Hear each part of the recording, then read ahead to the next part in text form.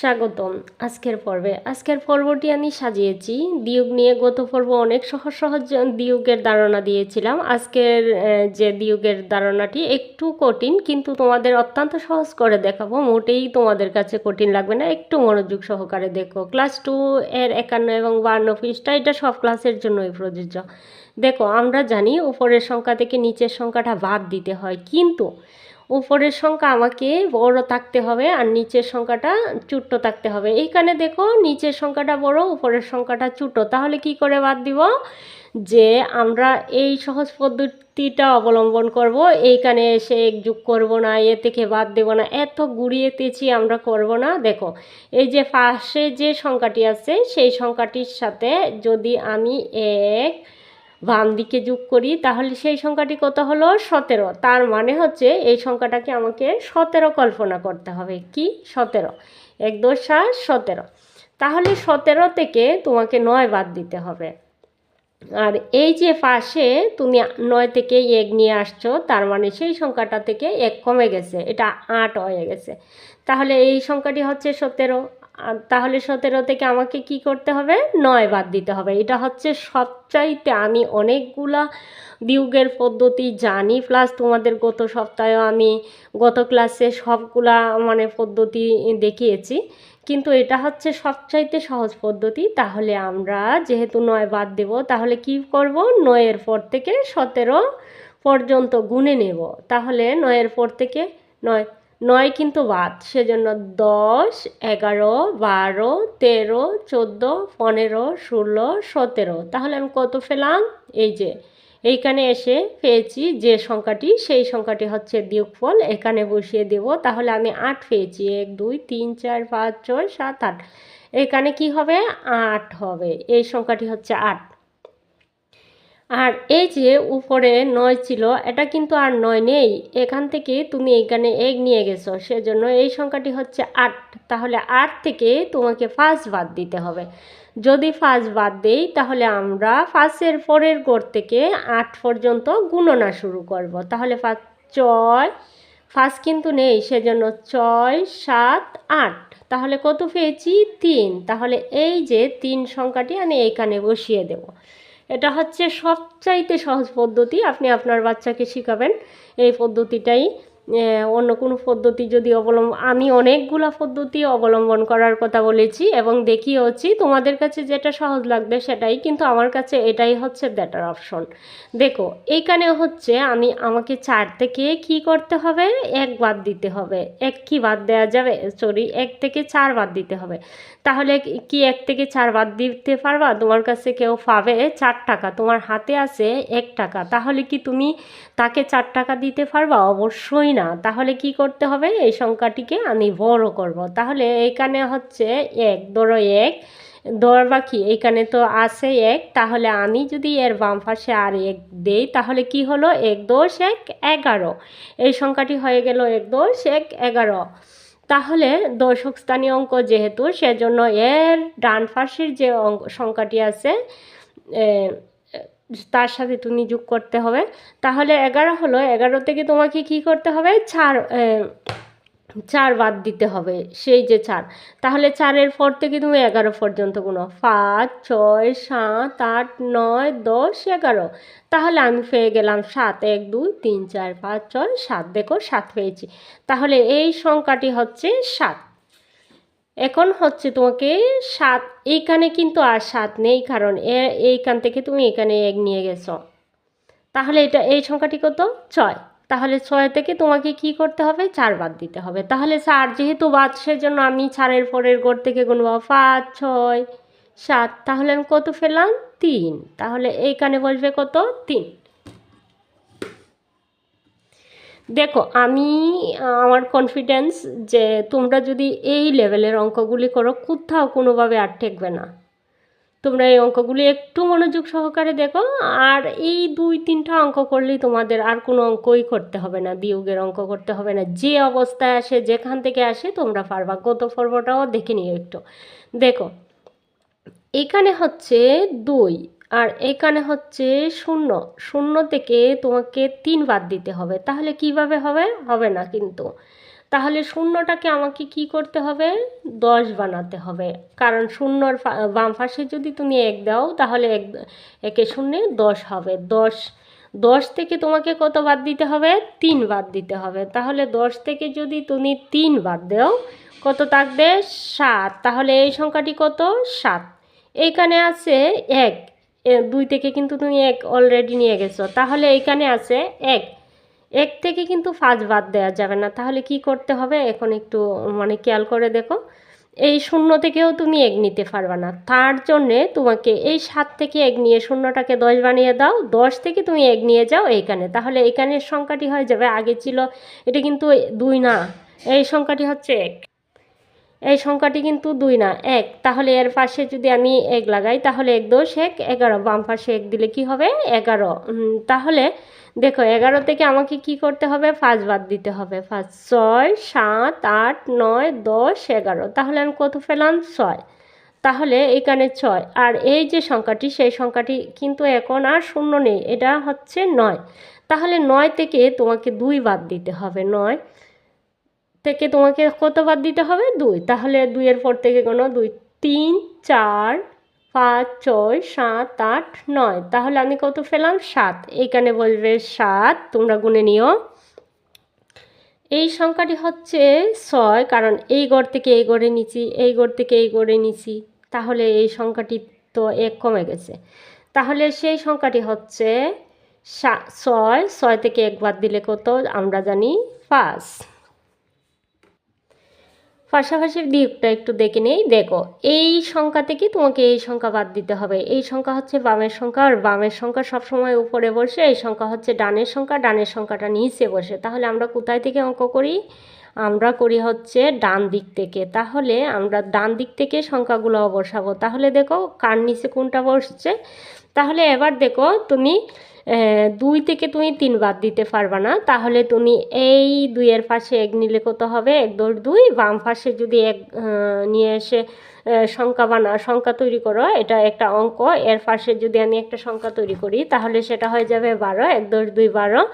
তাহলে 1 যদি নিয়ে 12 যদি হয় তাহলে 3 বাদ দাও, তাহলে 3 বাদ দিলে কত পাবা তুমি, 9। তাহলে গণো 3 এর পর থেকে গণো 12 পর্যন্ত, 3 4 5 6 7 8 9 10 11 12। তাহলে আমি কত পেয়েছি, 9। এখানে বসিয়ে দেব হচ্ছে আমার 9, আর এই সংখ্যাটি এখন 7, কারণ এর থেকে আমি 1 নিয়ে গেছি এইখানে। তাহলে 7 থেকে যদি তুমি 1 বাদ দাও তাহলে কত হবে, 6। তুমি গুনে নিবা, আমি তো বারবারই কি করছি দেখো, তোমরা এখন 69 তুমি এইখানে বসিয়ে দেবা।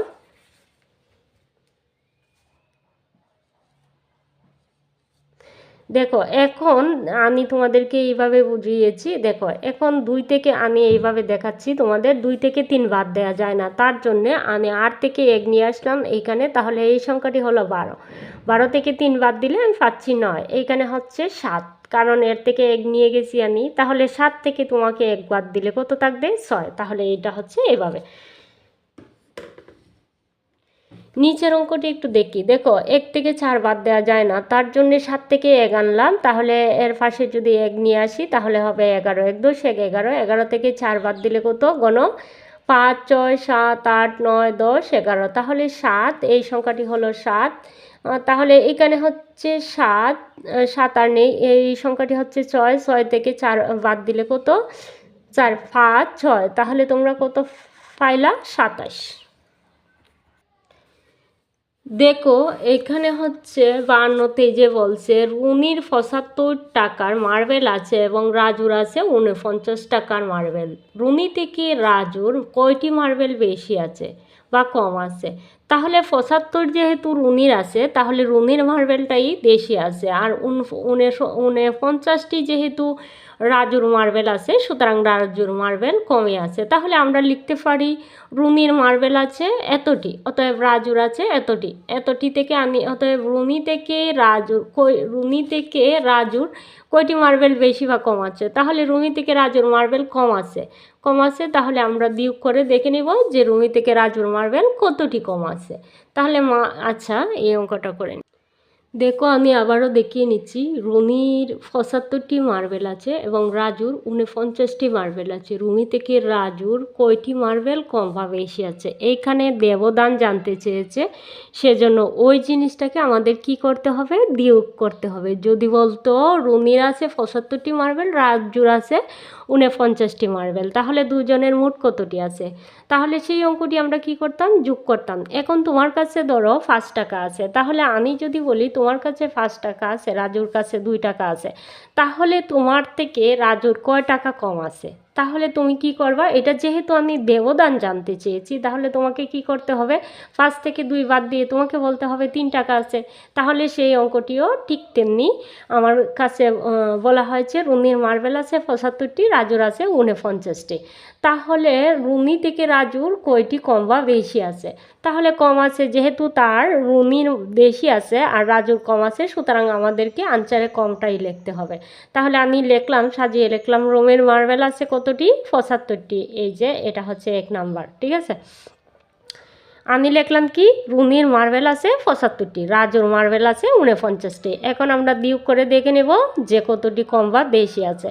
দেখো এইখানে 5 থেকে কিন্তু 9 যায় না, তার জন্য 1 পর্যা নিতে হবে। এই 5টি হয়ে যাবে 15, 15 থেকে 9 বাদ দিলে তুমি কত পাবা, 6 পাবা। আচ্ছা গুনেই দেখে নাও, 9, 10, 11, 12, 13, 14, 15, তাহলে আমি কত পেয়েছি, 6 পেয়েছি। এইখানে 6 বসে যাবে, দেখো কত সহজ অঙ্কটি। আর এইখানে হচ্ছে 6 থেকে তোমাকে 4 বাদ দিতে হবে, কারণ তুমি এইখানে পূর্বের অঙ্কগুলি দেখলে এটা আর তোমার বেজার লাগার কথা না। দেখো এইখানে হচ্ছে 6, এখানে এক তুমি নিয়ে গেছো, সেজন্য 6 থেকে তোমাকে 4 বাদ দিতে হবে। তাহলে কত পাবা তুমি, 4, 5, 6, তাহলে 2, এইখানে হচ্ছে 2।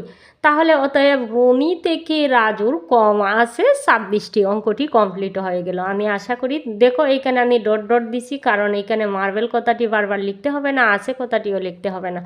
আমরা কি লিখবো, রুমির মার্বেল আছে 75টি, অতএব রাজুর আছে 49টি, রুমি থেকে রাজুর কম আছে 26টি।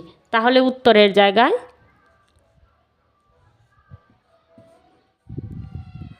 এই তোমার অঙ্ক হয়ে গেল, ঠিক আছে।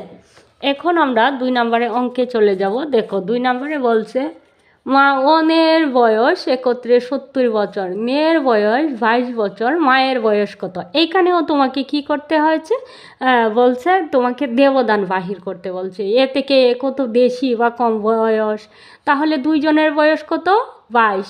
এইখানে কিন্তু অলরেডি দিয়েই দিছে মেয়ের বয়স, তাহলে এ থেকে আমি বিয়োগ করলেই পেয়ে যাব যে কত মায়ের বয়স। তাহলে মেয়ের বয়স এত। আমি আর ঘুরিয়ে ফিরিয়ে লিখলাম না, দেখো একদম সহজভাবে লিখে নিলাম। মা ও মেয়ের বর্তমান বয়স কত, 70 বছর, দুইজনের দিয়ে দিয়েছে। আর মেয়ের বর্তমান বয়স কত দিছে, 22 বছর। তাহলে এখানে তোমাকে জানতে চাওয়া হয়েছে মায়ের বয়স কত। তাহলে মায়ের বয়সটা আমি বের করে নেব, 70 থেকে 22 বাদ দিলেই পুরোটা হচ্ছে মায়ের বয়স। যেহেতু দুইজনের বয়স, এইখানে ধরো তোমার 5টা আম আছে, আর কলি ধরো তোমার ছোটো বোন, তার নাম কলি, কলির 2টা আম আছে। তাহলে এখানে যোগ করে আমি 7টা আম পেলাম। তাহলে যদি কলি আমি বলি, কলি ও তুলির দুইজনের 7টি আম আছে, কলির 2টি আম আছে। কলির যদি 2টি আম হয়, তাহলে তুলির কতটি আম। তাহলে আমি সেই আমটি কি করব, কলির আমের সাথে তুলির আমটা বিয়োগ করলে আমি পেয়ে যাব যে কার কোন আমটি, ঠিক আছে। তাহলে এইখানে আমি কি করব, 70 থেকে 22 বাদ দিয়ে দিব, 22টা মেয়ের বয়স, সেজন্য বাদ দিয়ে দেব। তাহলে পুরোটাই মায়ের বয়স থাকবে। তাহলে 70 এইখানে আছে, 0, 0 থেকে 2 যায় না, 1 করে জানিলাম, হলো কত, 10, 10 থেকে 2 বাদ দিলে তুমি কত পাবা, 8। আর এইখানে হচ্ছে 6, 6 থেকে, কারণ এইখান থেকে তুমি অলরেডি নিছ 1, তাহলে 6 থেকে যদি তুমি 2 বাদ দাও, তাহলে কত পাবা, 40। তাহলে মায়ের বয়স কত, 48। উত্তর, মায়ের বয়স 48। দেখো 3 নম্বরে যেটা, সেটা হচ্ছে রুমু থেকে ঝুমুর 8 বছরের বড়। ঝুমু কিন্তু 8 বছরের বড়, তাহলে ঝুমুর বয়স 24 বছর হলে রুমুর বয়স কত। তাহলে 24 থেকে যদি আমি 8 বাদ দিই, সোজা হিসাব, যেহেতু আমাদেরকে দেবদান জানতে চাইছে, এর চেয়ে এর কত কম, এর চেয়ে কত বেশি, এই ধরনের অঙ্ক হলেই আমরা কি করব, আম, বিয়োগ করব, আর কোনো কিছু না। আর যদি একসাথে একত্রে মোট এগুলো পাই তাহলে কি করব, আমাদেরকে যোগ করতে হবে। তবে যদি এখানে উড়ে গেছে, চলে গেছে, বাদ দেয়া, এর থেকে এর কত বেশি কত কম, তাহলে এই ধরনের প্রশ্ন যদি থাকে তাহলে আমাদেরকে প্রশ্নে যদি এই ধরনের কথা থাকে তাহলে আমাদেরকে বিয়োগ করতে হবে। তাহলে আমি দেখো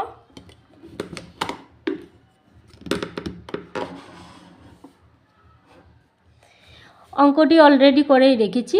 ঝুমুর বয়স কত ছিল? 24 বছর। রুমুর কম আছে কত? 8 বছর। তাহলে রুমু থেকে ঝুমুর বয়স, যেহেতু এইখানে জানতে চাওয়া হয়েছে ঝুমুর বয়স কত, তাহলে আমি ঝুমুর থেকে যদি রুমুর বয়সটা বাদ দিই তাহলে রুমুর বয়সটা 1.5 হয়ে যাবে। তাহলে দেখো, হ্যাঁ, তাহলে এখন আমরা বিয়োগ করব, কারণ যেহেতু দেবদান জানতে চাইছে। দেখো এখন আমি এই 4 থেকে 8 বাদ দিতে পারছি না, সেজন্য 4-এর পাশে আমি 1 কর্জা নিব এখান থেকে, এই 2 থেকে। তাহলে এই সংখ্যাটি হয়ে যাবে 14। 14 থেকে 8 বাদ দেবো, তাহলে 8-এর পর থেকে গুনে নাও। 9, 10, 11, 12, 13, 14। কত সহজ হিসাব। তাহলে আমি কত পেলাম? 6 পেয়ে গেছি। তাহলে এখানে 6 সংখ্যাটি লিখে দেবো। এই সংখ্যাটি কিন্তু আর 2 না, এই সংখ্যাটি হচ্ছে 1। তাহলে এই সংখ্যাটি এইখানে হবে 1, এইখানে 1 বসিয়ে দিলাম। তাহলে রুমুর বয়স কত বছর? 16 বছর। আর ঝুমুর বয়স কত বছর? অলরেডি 24 বছর। তাহলে উত্তর, এখানে তোমাকে জানতে চাওয়া হয়েছে রুমুর বয়স কত। আমি কিন্তু অঙ্কটি যেভাবে সাজিয়ে দিয়েছি এইভাবেই তোমরা সাজাবা। দেখো এখন উত্তর হচ্ছে আমার রুমুর বয়স 16 বছর। তাহলে আমি এইখানে 16 বছর লিখে দিলাম, ঠিক আছে। আজকে এ পর্যন্তই। সবাই ভালো থাকো, সুস্থ থাকো, ভালোর সাথে থাকো। সকলের মঙ্গল কামনা করে এখানে বিদায় নিচ্ছি। আল্লাহ হাফেজ।